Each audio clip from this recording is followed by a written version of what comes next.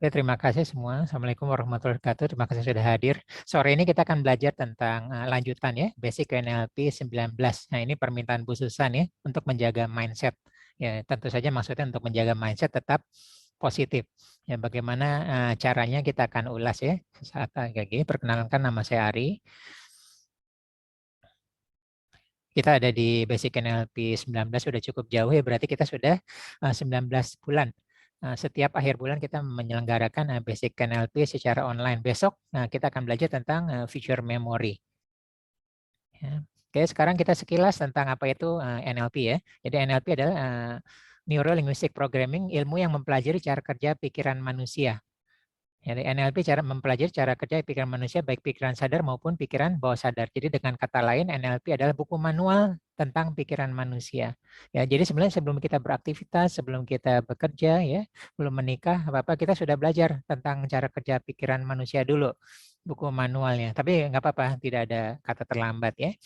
Nah, sedangkan kalau ditambah Q di depannya adalah aplikasi NLP praktis berbasis teknologi pikiran dan energi kuantum. Jadi NLP adalah aplikasi dari NLP, aplikasinya. Ilmunya tidak sedalam NLP, tapi kita langsung banyak aplikasi. Tetap belajar ilmunya ya. Dan ada tambahan tentang energi kuantum. Jadi ternyata energi kuantum itu sangat berpengaruh bagi kehidupan kita. Ya, jadi tujuan belajar ilmu NLP adalah untuk perubahan diri menjadi lebih baik.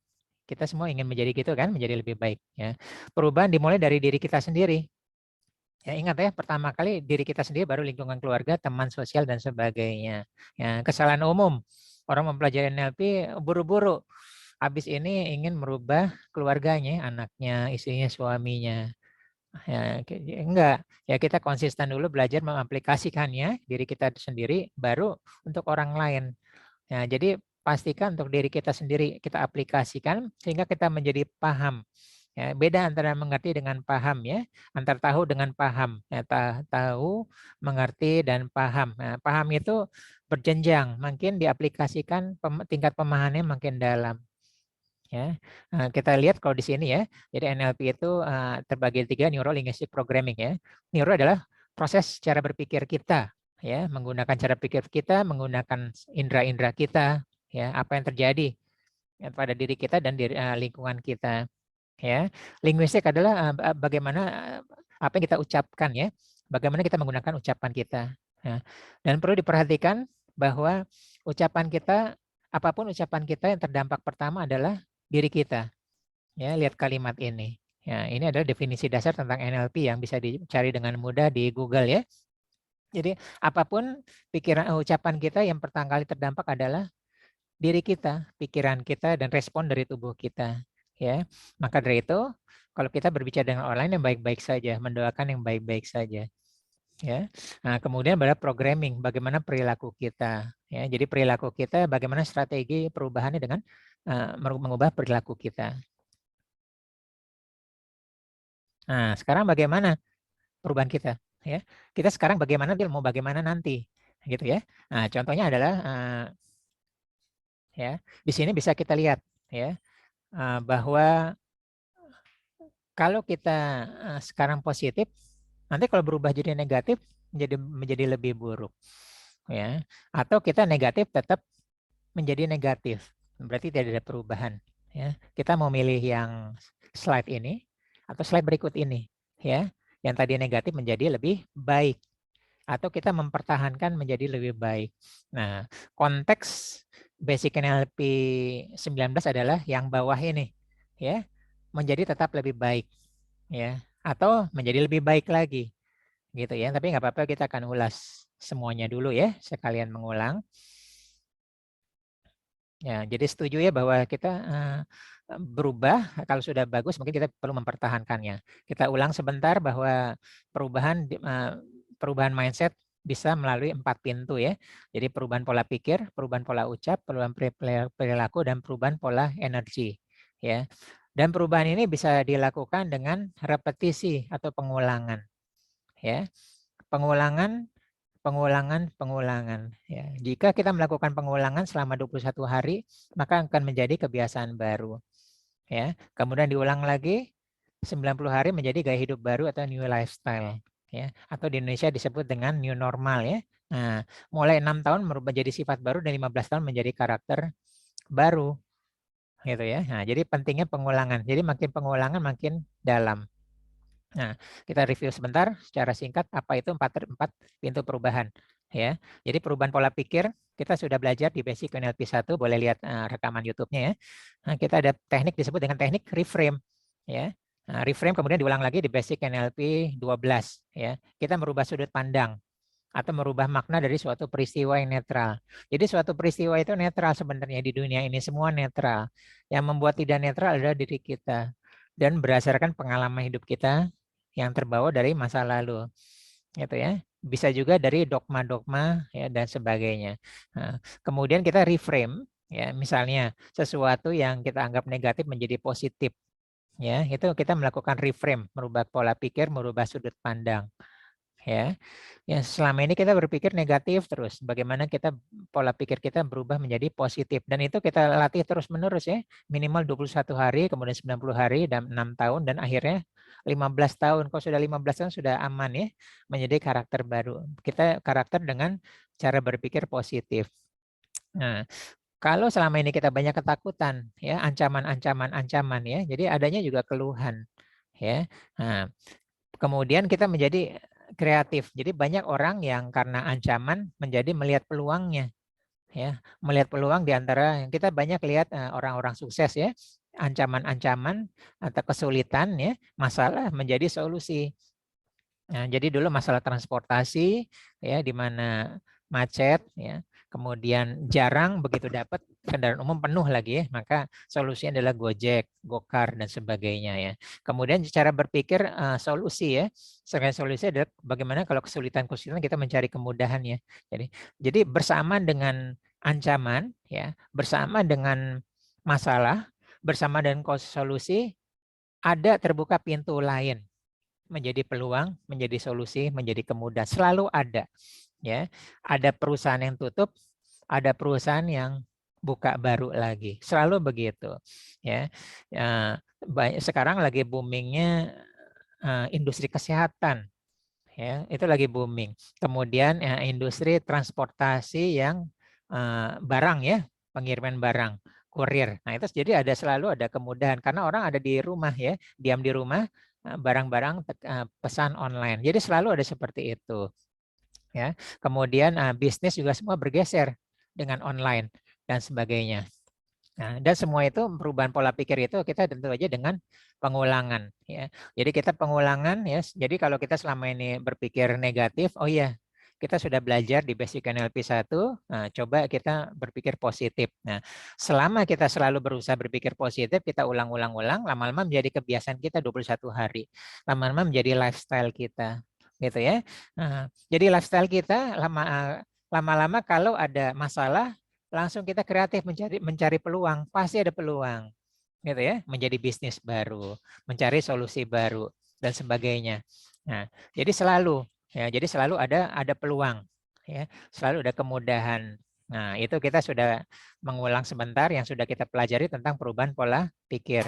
Nah, kemudian tentang perubahan pola ucap, ya. Nah, apa yang kita ucapkan adalah pengejawantahan apa yang ada di pikiran kita. Jadi hati-hati dengan ucapan kita. Dari ucapan kita orang sudah bisa membaca apa pola pikir kita. Ya, jadi mirip seperti teko ya. Kita tidak teko porselen, kita tidak tahu isinya apa, tapi pas dituang tahu nih. Ternyata yang dituang kopi. Oh berarti isi teko itu adalah kopi. Nah begitu juga dengan ucapan kita ya. Itu pengejawantahan apa kita pikirkan. Tapi ternyata ucapan walaupun dampak dari pikiran, tapi ternyata ucapan juga bisa merubah pola pikir. Ya, jadi dengan sugesti-sugesti, dengan afirmasi, dengan ucapan positif ke diri kita sendiri, sering-sering aja, lama-lama kita jadi berubah. Nah, jadi itu seperti bola salju ya, atau seperti ayam dengan telur. Di luar mana telur atau ayam. Ya. Memang utama adalah pola pikir, tapi kemudian pola ucap. Tapi ternyata pola ucap juga bisa merubah pola pikir. Nah, jadi pola ucap itu menggunakan kalimat positif, sederhana dan langsung. Ya, jadi kalau kita karena konteksnya adalah perubahan mindset, kita usahakan kalimatnya adalah kalimat positif ya, sederhana dan langsung. Ya, jadi kalau bisa kalau berbicara jangan bertele-tele ya, langsung aja to the point, ya, sederhana dan langsung. Hindari penggunaan kalimat-kalimat negatif ya. Ya, jadi jangan, tidak, dilarang, akan, bukan ya. Nah, jadi kita menggunakan kalimat positif. Nah, karena pikiran bawah sadar tidak bisa membedakan, tidak bisa menyerap kata negatif gitu ya. Nanti kita akan bahas lebih lanjut. Kemudian juga perubahan pola perilaku. Ya. Perubahan pola perilaku kita sudah belajar di Basic NLP 3, silakan lihat YouTube-nya. Ya. Nah, cara pertama adalah mini habit. Ya. Jadi kalau kita tadinya mager, malas olahraga, ya, kita ada teknik namanya mini habit. Ya. Melakukan kebiasaan baru yang pasti bisa dicapai setiap harinya, pasti bisa dicapai. Ya. Oke, jadi misalnya kita pertama kali nggak pernah olahraga, masa kita jalan kaki. Ini sekarang di rumah saya lagi hujan deras ya, jadi maaf kalau agak suaranya agak ini ya. Jadi kita jalan kaki aja, karena lagi hujan deras, bangun tidur kita keliling aja, keliling kamar kita, ke ruang tamu dan sebagainya. Nah, 1 menit ya, besok 1 menit. Jadi minimal 1 menit tercapai setiap harinya, gitu ya. Nah, begitu 1 menit udah bisa terbiasa seminggu, kita naikin jadi 5 menit.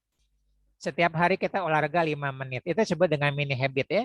Nah, minggu depannya kita sudah terbiasa dengan 5 menit, kita naikin jadi 10 menit. Ya, lama-lama terbiasa ya. Saya sejak 2003, alhamdulillah sudah 10.000 langkah per hari setiap hari. Dan itu tercapai. Dan ternyata mudah karena sudah menjadi habit. Ya. Teknik kedua disebut dengan atomic habit. Nah, kita sudah belajar di Basic NLP 9. Silakan lihat YouTube-nya. Ya, saya jelaskan lagi. Nah, jadi kita kalau tadi kan mini habit, perubahan-perubahan kecil dapat dicapai setiap harinya. Nah, kalau atomic habit, perubahannya itu kecil tapi di semua bidang. Gitu ya. Nah, kita kalau mau sehat ya, tadi olahraga dikit ya. Nah, yang tadinya tidurnya jam 1, kita naikin tuh jam 12 malam gitu ya. Yang tadinya mau karena tidurnya terganggu, biasanya malamnya ngopi, ngopinya dinaikin tuh di sore sehingga tidurnya bisa lebih nyenyak gitu ya. Nah, kemudian kita kurangin porsi makanan yang tadinya mengganggu kesehatan kita, kemudian pola pikir kita rubah. Nah, itu semua di rumahnya dikit-dikit, pelan-pelan dengan teknik mini habit. Nah, perubahan sedikit-sedikit dari semua sisi disebut dengan atomic habit. Nah, atomic habit ini banyak diaplikasikan dalam pertandingan olahraga, ya, berenang, balap mobil, balap motor, ya. Nah, ternyata perubahan tipe ban berdampak kecil, ya, bisa mempercepat sekian detik, ya. Ketepatan tekanan angin ban yang tepat bisa meningkatkan. Ya. Struktur aerodinamis dari mobil atau motor juga. Nah, baju pengendara motor juga, baju perenang juga, topi perenang juga. Nah, lalu gaya berenangnya gimana? Gaya motornya juga, motor juga gaya nikung. Nah, itu dikit-dikit. Dan ternyata nanti dikit-dikit hasilnya jadi perubahannya bukan hanya per detik, ya, bisa dalam menit. Nah, seperti itu ya.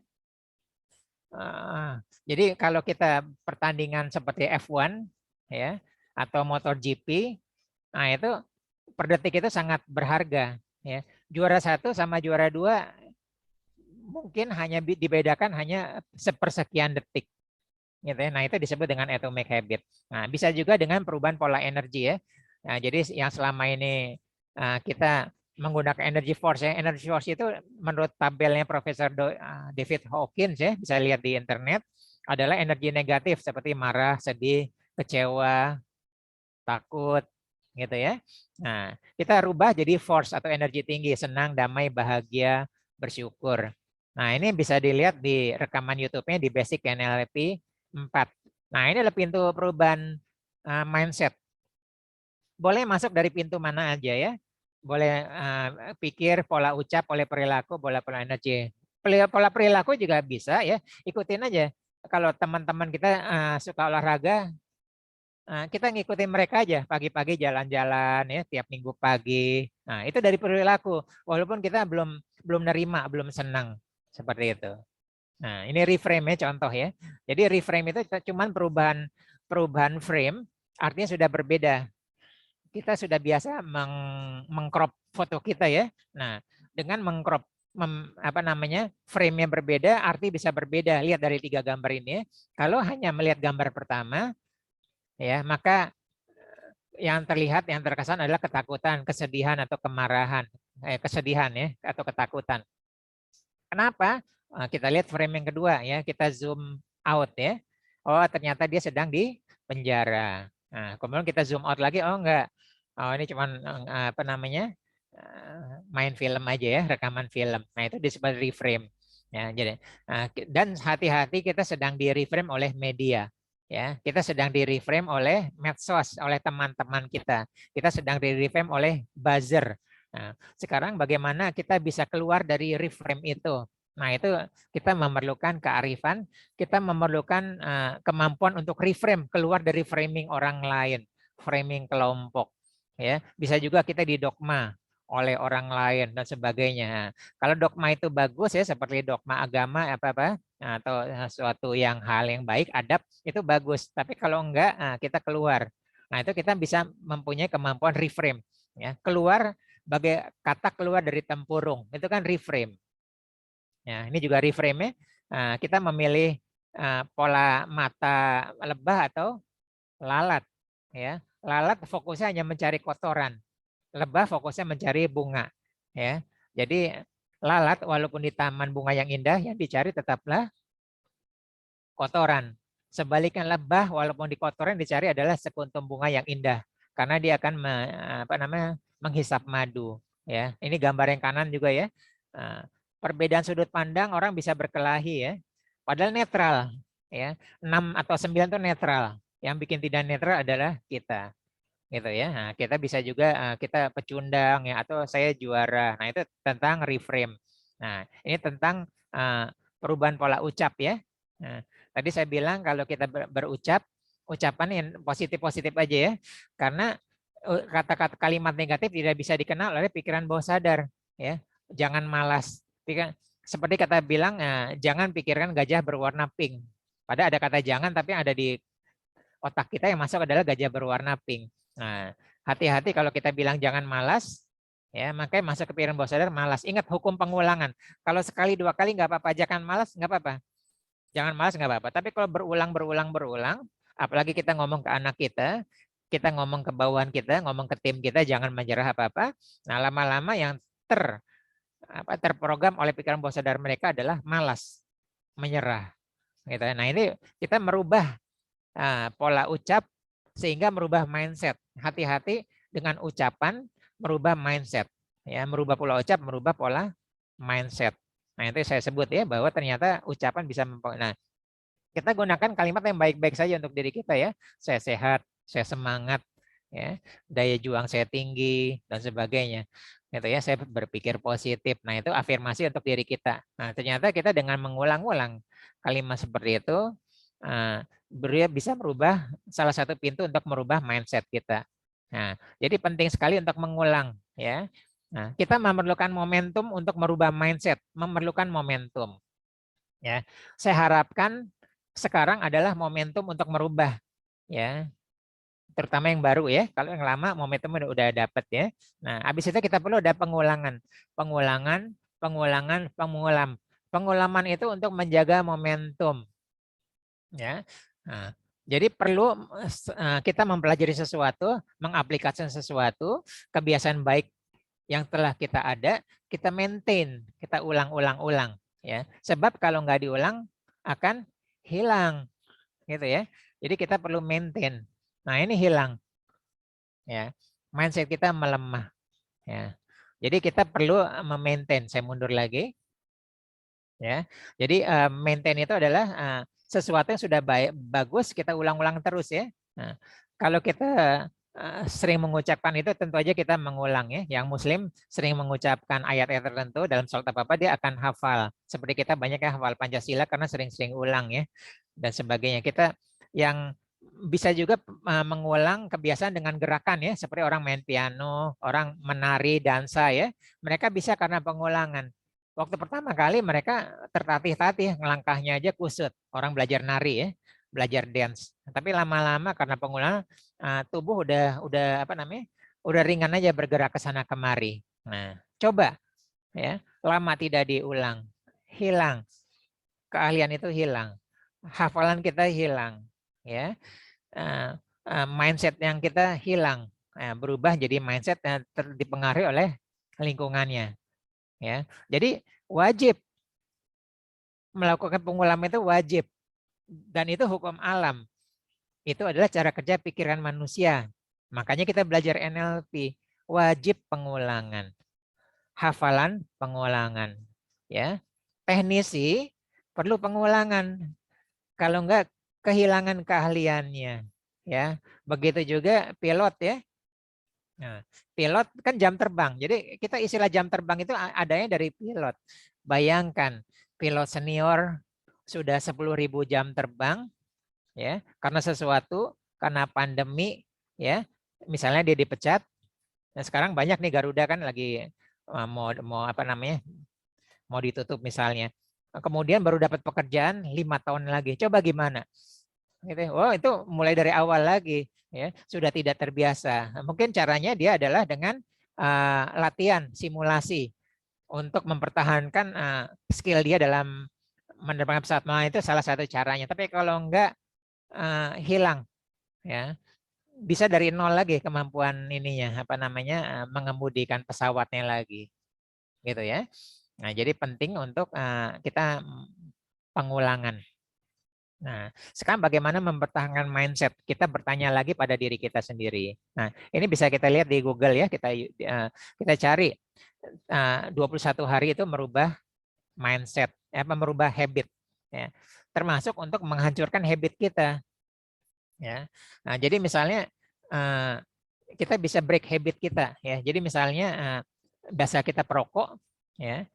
Kita berhenti aja ngerokok. Maka sehari, 2 hari, seminggu, 10 hari, 14 hari itu sulit. Tapi setelah 21 hari mulai ringan.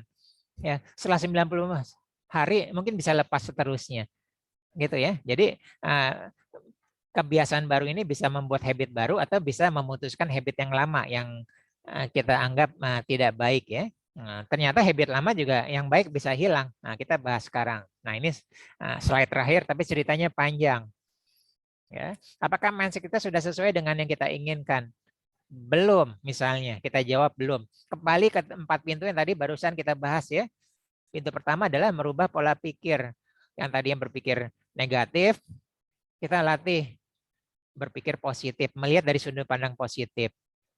Ya, kalau selama ini kita melihat dari ancaman, kita melihat dari sisi peluang.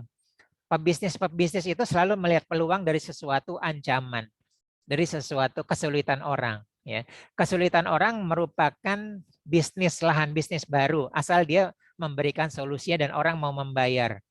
Nah, itu kan cara berpikir pebisnis, gitu ya. Nah, kita juga bisa merubah pola perilaku kita ya. Bagaimana kita, salah satunya adalah olahraga, gerak tubuh ya, sopan santun secara adab ya, secara perilaku. Kemudian dengan pola energi ya. Pola energi adalah emosi kita. Kita memain emosi kita bagaimana, kecerdasan emosi kita, kecerdasan sosial kecerdasan sosial gini, berhubungan dengan orang lain bagaimana. Nah, kalau kita lagi emosi negatif, emosi marah, emosi sedih, emosi kecewa, bagaimana kita memanagenya dan kita bisa berubah, kita naikkan menjadi energi positif ya.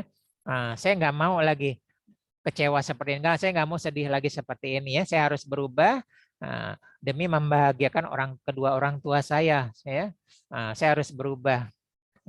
Saya nggak mau susah seperti ini lagi, gitu ya. Nah, itu kita bisa merubah, gitu ya. Nah, jika diperlukan, kalau tidak punya kemampuan, lakukan konseling ke profesional ya. Carilah ke psikolog terdekat di tempat kita ya. Ke hipnoterapi juga bisa, kalau tidak bisa menyelesaikan masalahnya sendiri, ya gitu loh.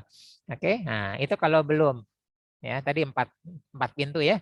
Boleh dari 4 pintu mana aja boleh ya.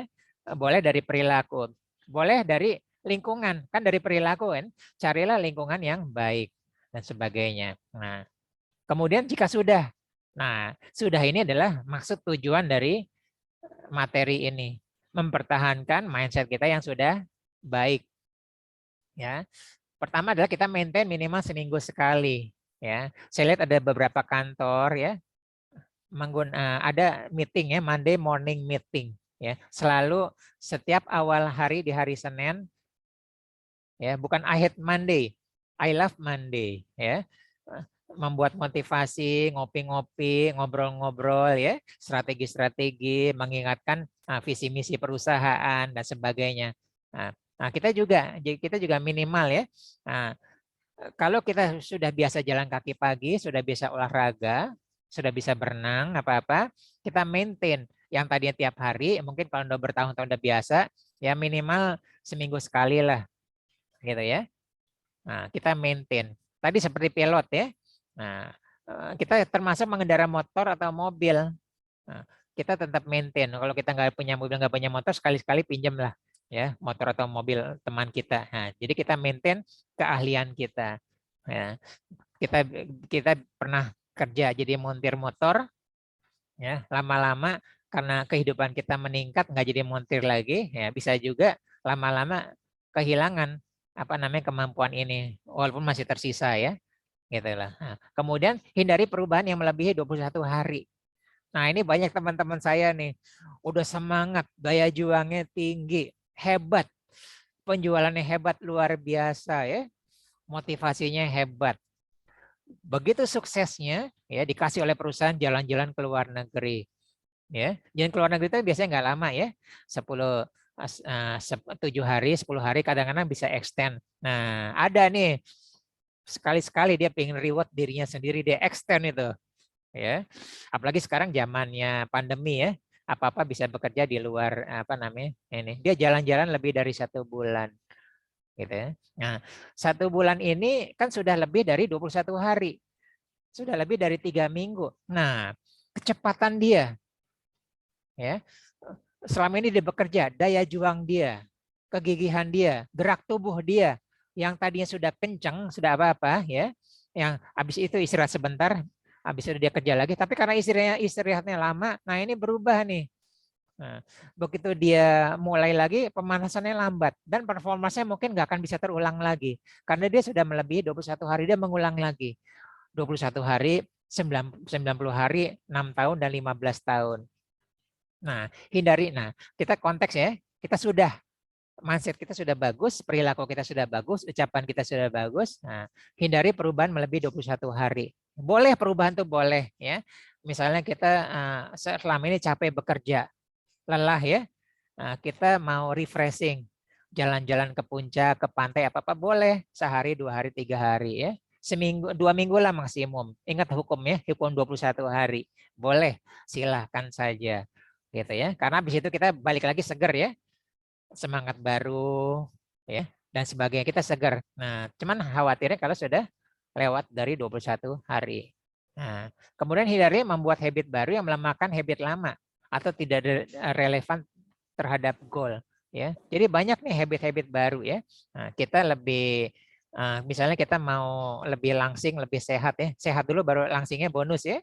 Kita mulai olahraga, mulai apa namanya? Menjaga pola makan, pola pikir gitu ya. Terus sukses apa-apa.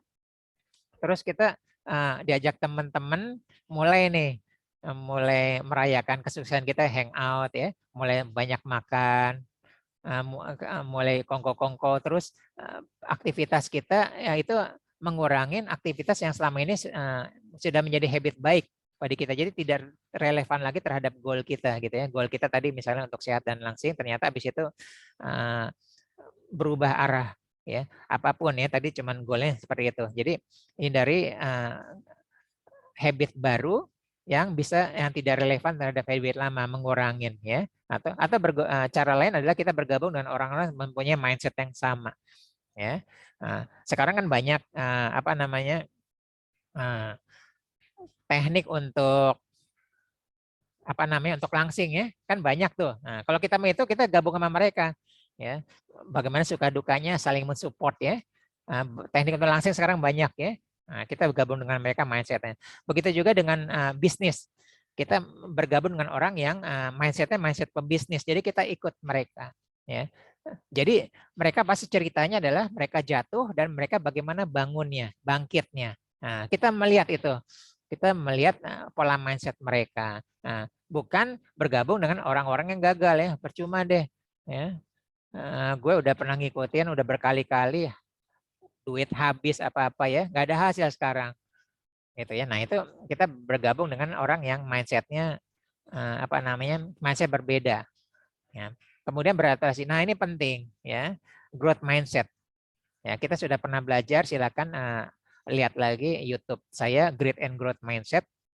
Nah, kalau kita tidak berubah, zaman berubah. Ya.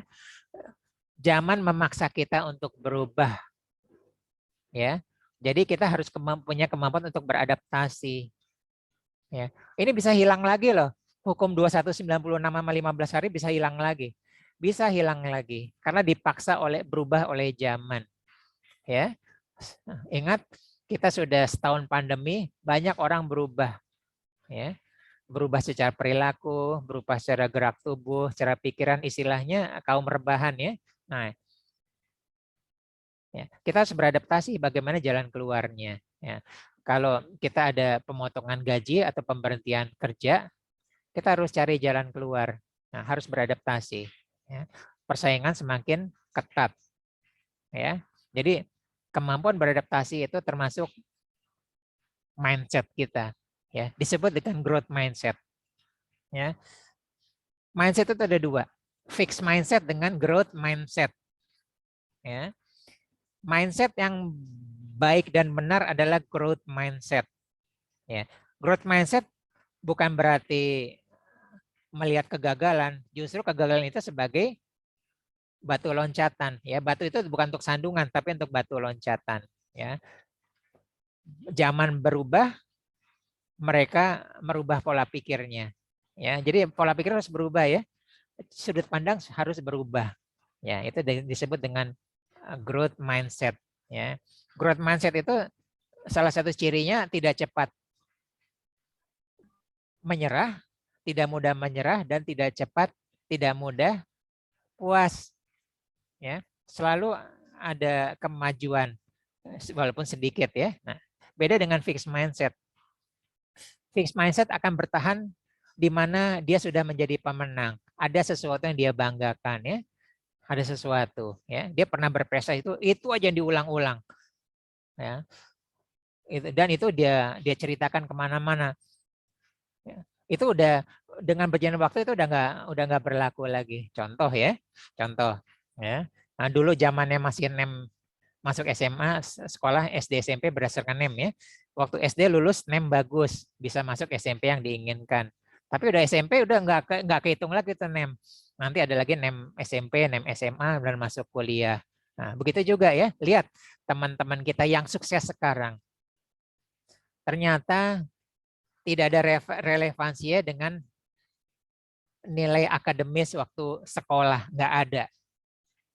Kuncinya adalah di growth mindset.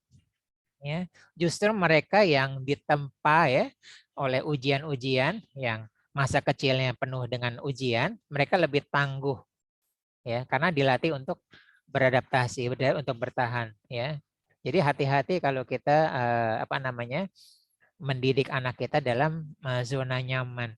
Nah, karena zona nyaman yang tercipta di pikiran mereka adalah fixed mindset.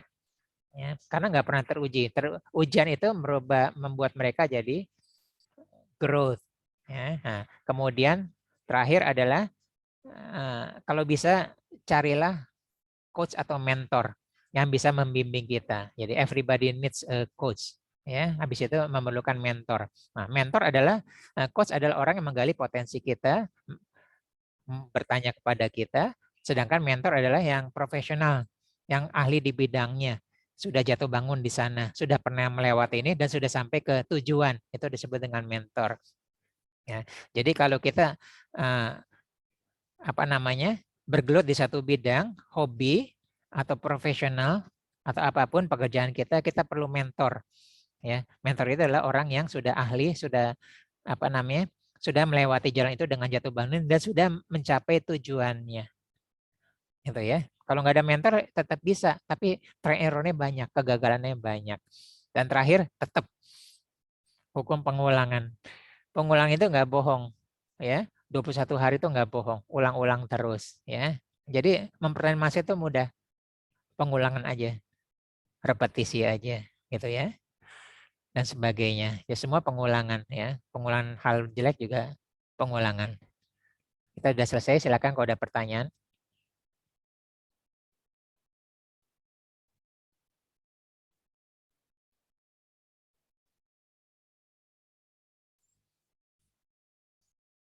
Silakan kalau ada pertanyaan.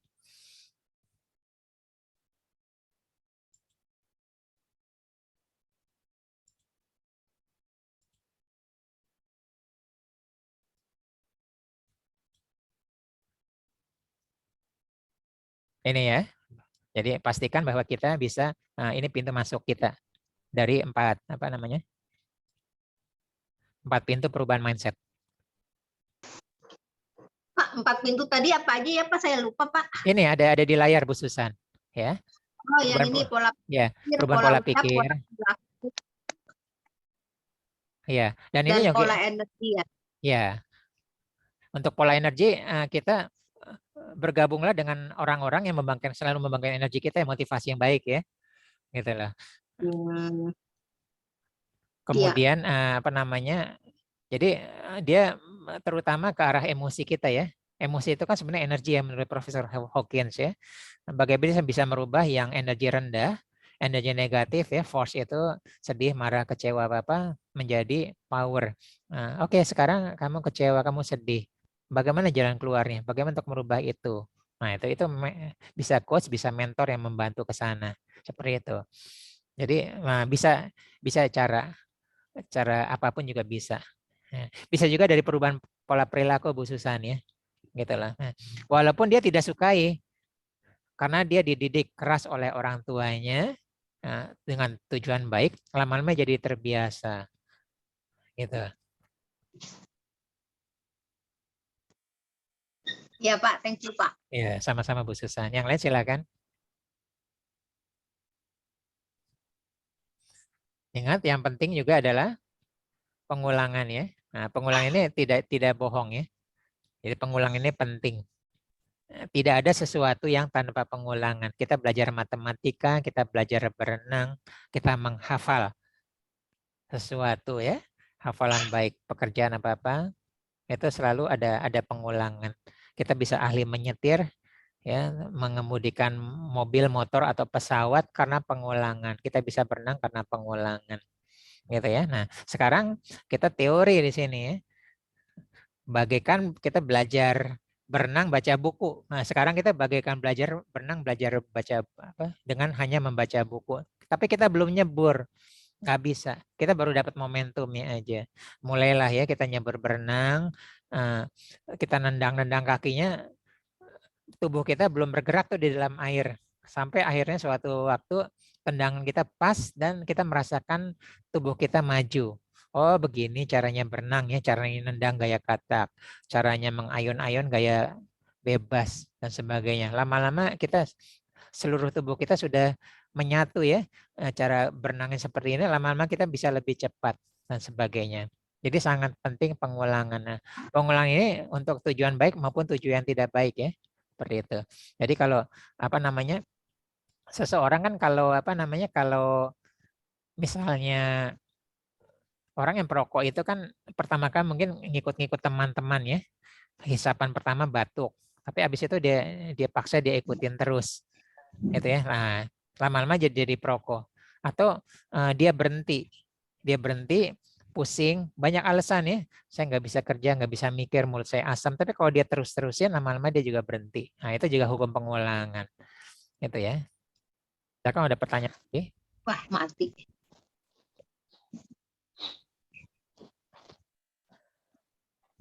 Ya, hati-hati, sesuatu hal yang baik tetap harus di-maintain ya. Kalau nggak di-maintain, hilang. Skill kita hilang. Mindset kita udah hilang, lepas. Seperti itu.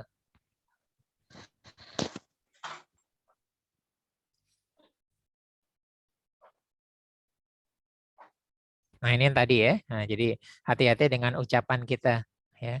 Jadi gunakanlah ucapan yang positif. Nah, jadi kalau kita bilang jangan malas atau kita mengafirmasi kita jangan malas ya, jangan menyerah, jangan menyerah. Hukum pengulangan ya. Justru kita memprogram diri kita untuk malas, menyerah ya. Jadi kita menggunakan kalimat yang langsung ya, sehat. Nah, dulu kan dulu kalau kita beli obat ya, nanti petugas apotek pas nyerahin barang dia akan bilang semoga lekas sembuh. Ditulisan di plastiknya sudah sembuh. Tapi sekarang udah banyak ya, orang sudah banyak belajar NLP sampai perusahaan-perusahaan apa sudah ganti kalimat sehat-sehat ya, sehat-sehat Pak ya, sehat-sehat Bu ya. Nah, itu sudah memenuhi hukum seperti ini. Ya, menggunakan kalimat langsung, sederhana, to the point. Sekarang ada pertanyaan lagi. Nah, ini penting ya, merubah sudut pandang kita. Kita ada di mana? Ya, sudut pandang lebah atau sudut pandang lalat ya, melihat yang jelek-jelek aja. Tapi ini gaya bahasa metafora ya. Walau bagaimanapun kenyataannya lalat itu bermanfaat ya, untuk pembusukan, untuk apa namanya dan sebagainya. Lebah juga. Jadi untuk keseimbangan. Tapi kalau kita metafora ya, jadi seakan-akan ini hanya perumpamaan aja. Kalau orang negatif itu hanya melihat yang jelek-jelek aja. Nah, contoh adalah sudut pandang lalat. Tapi hal positifnya juga ada. Jadi boleh ya, ingat. Lihat yang gambar kanan ini. Ya. Satu sisi dia ngomong angka 6, di sisi lain dia ngomong angka 9.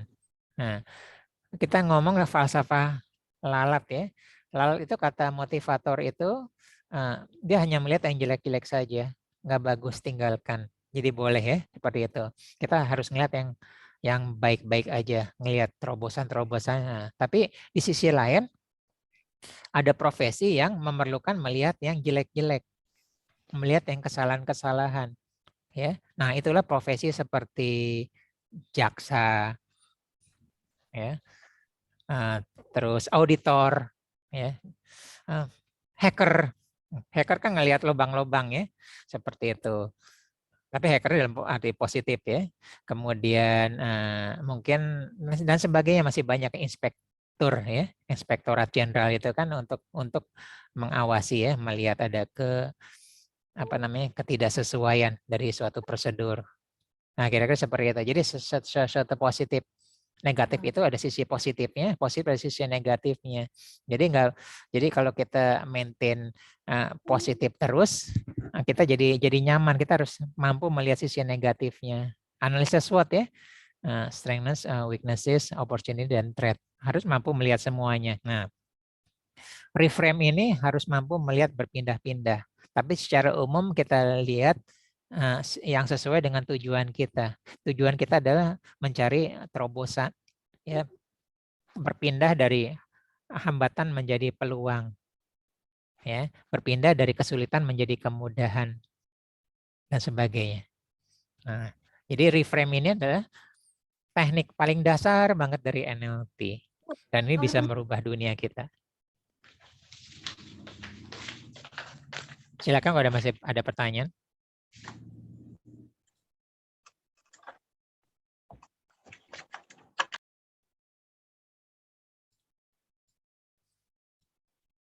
Oke, kalau udah nggak ada, nanti kita bisa lanjut ya. Nanti ini ada rekamannya, nanti bisa dilihat di YouTube ya. Jika berkenan, tolong dibuka ininya. Sebelum kita tutup, kita ada sesi foto sebentar. Oke, jika berkenan, tolong dibuka.